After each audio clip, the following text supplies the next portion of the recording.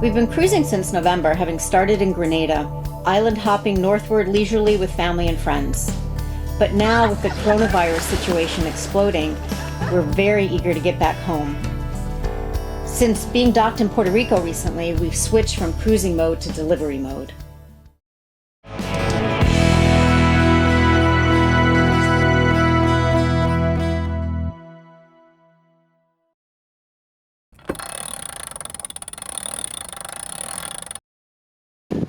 Well, we're getting ready to depart from Great Inagua to go straight back to Florida. Obviously, we've been following the news, and we know we're coming back to a whole different world, and life's going to be very different when we get back. Well, we thought we were going to be doing some fun, luxurious, short island hops at this point in our passage. Going up through the Bahamas, the southern Bahamas and Exumas, but instead we're heading offshore. And it's good. We're going to be going back home and we're ready for this next 3-day passage. See you on the other side. I'm supposed to be less ominous in this clip. The director has directed me. We're going to go through the old Bahama Channel and then up into the streets of Florida, and we'll have the Gulf Stream with us once we get around the corner there. Looks like we got a great forecast, great weather window. The wind is supposed to actually cooperate when we turn the corner and start heading north. The wind is supposed to go a little bit south about the same time, so it could be quite nice. Let's see what happens. Smile, bigger, make it bigger. Make it bigger. So, sailing as low as I can, safely. But I also want to go in the right direction too. That's the problem.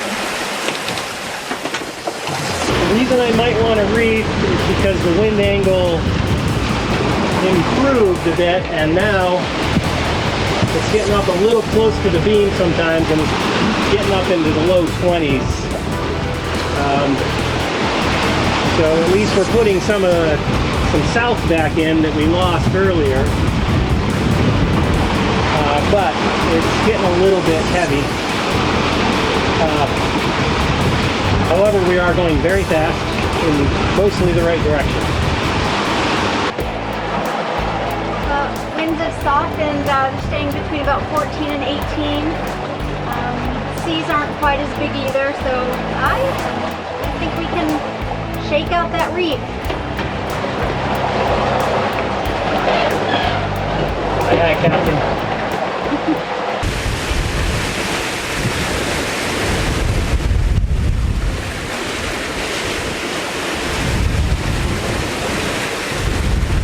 Just surfed down a wave at 12.5 knots. Well, it's daybreak after our first night on the way to Florida. So winds were about 18 to 20. Sea settled a bit, but still rolling, as you can probably see.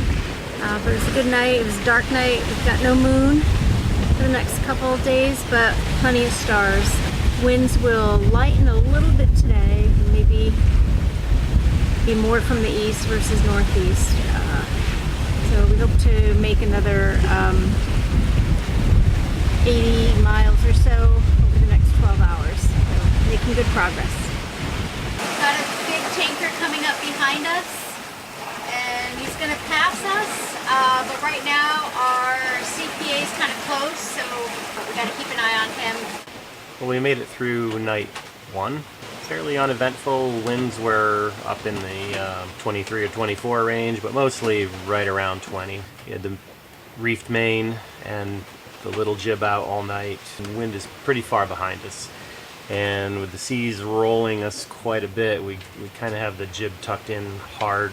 We're really trying to go easy on the boat and not break anything. We just want to get there. I think we're both resting okay. I'm about to go back on watch. Linda's gonna hopefully go down for a good hard sleep now. We had to burn the engine a couple of times overnight just to make some power. We were getting a little bit low on voltage, and it was all autopilot steering all night because it's really dark out there. You can't see these waves, and since we're sailing so low, it's very easy to get disoriented and do a jibe, and we just don't want to do that. right now. I'll probably go back to hand steering now that we can see what we're doing. Give the autopilot a little rest and save a little power. Whoa.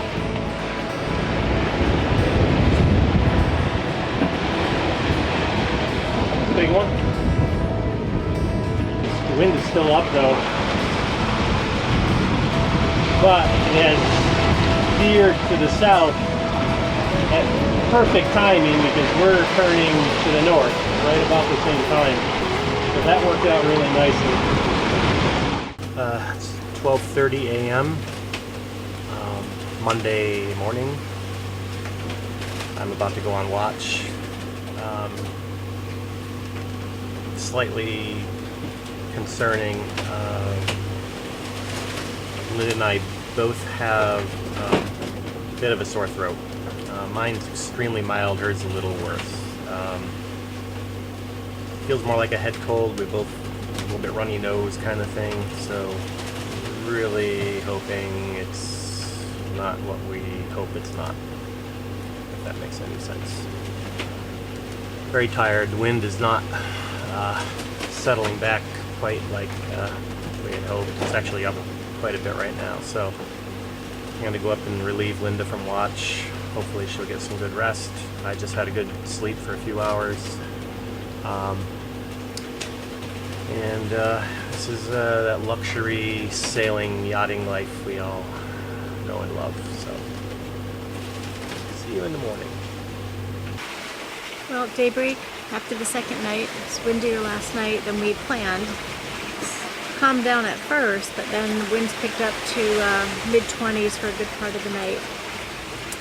And I'm getting myself either a good cold or I actually think it could be strep throat. So we'll see. And got a satellite email in to home to get some advice on antibiotics that we have here in our medical kits.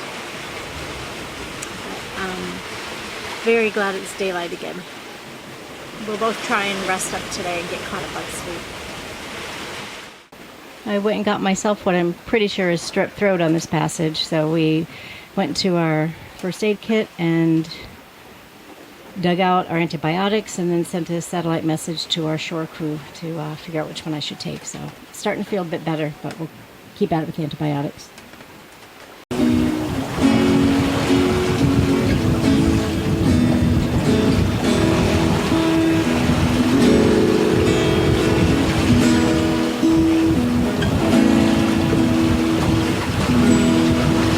Conditions were even calm enough for some R&R.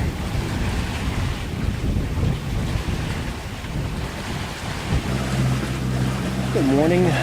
Morning of day 3. I've been seeing the lights of Miami overnight since about midnight. We are just about 15 miles off Miami right now in the Gulf Stream, cooking along at 10 knots under engine only right now. Wind kind of died overnight. So we're gonna decide what to do, whether we want to pull into West Palm as planned or not. Linda is feeling much better. She did a long watch from about 11:30 till 5 a.m. today, so I got lots of sleep. She's down below, zonked out right now, feeling much better. So as soon as we get in close enough to get some mobile data, we're gonna assess our next move. We've gotten some intel from home that customs will clear us in as of now with no problem. Who knows if we'll get quarantined or not. It's all TBD at this point. It's really eerie seeing the mainland all lit up, this big city, and you just know that life there is so not normal right now. It's been a very bizarre thing to have in the back of our minds during this passage. Usually I find motoring frustrating, but it's actually been a welcome reprieve, the last leg of this journey. It's been nice and easy, uneventful, and cell data range of the southeast coast of Florida. It also allowed us to check messages, get information to loved ones at home, look into the situation more along Florida, especially West Palm and with Customs. So we're just a couple hours away from trying to check in. So fingers crossed, all goes smoothly. Oh, okay. Had to call about 4 different numbers, but finally spoke to someone at U.S. Border Patrol. And the situation in West Palm is we are good to go there since we have a slip reserved at a marina. Check in with the row map when we get there. He says what's closed in West Palm is boat ramps. All boat ramps are closed, and only commercial fishing boats are allowed to go in from land. He said they're trying to restrict movement there because of all the recent issues with the vacationers and whatnot. But he said other than that, it's status quo. He used the term status quo, which sounds good. He said there's nothing more I need to know. He said just register with the row map as soon as we tie up to the dock and take it from there. So, next step. We got tied up to our assigned slip at Riviera Beach Marina in West Palm Beach, Florida. And Linda got on the row map to apply for entry. And within just a couple of minutes, we got the approval. It was a huge relief. West Palm Beach was very quiet, very few people around. It was quite eerie to walk around the docks and see so little activity. Well, getting to Florida was a huge step towards us getting back home to Newport, Rhode Island. And now we're going to set our sights on the next hop and see when and how we can get to Beaufort, North Carolina.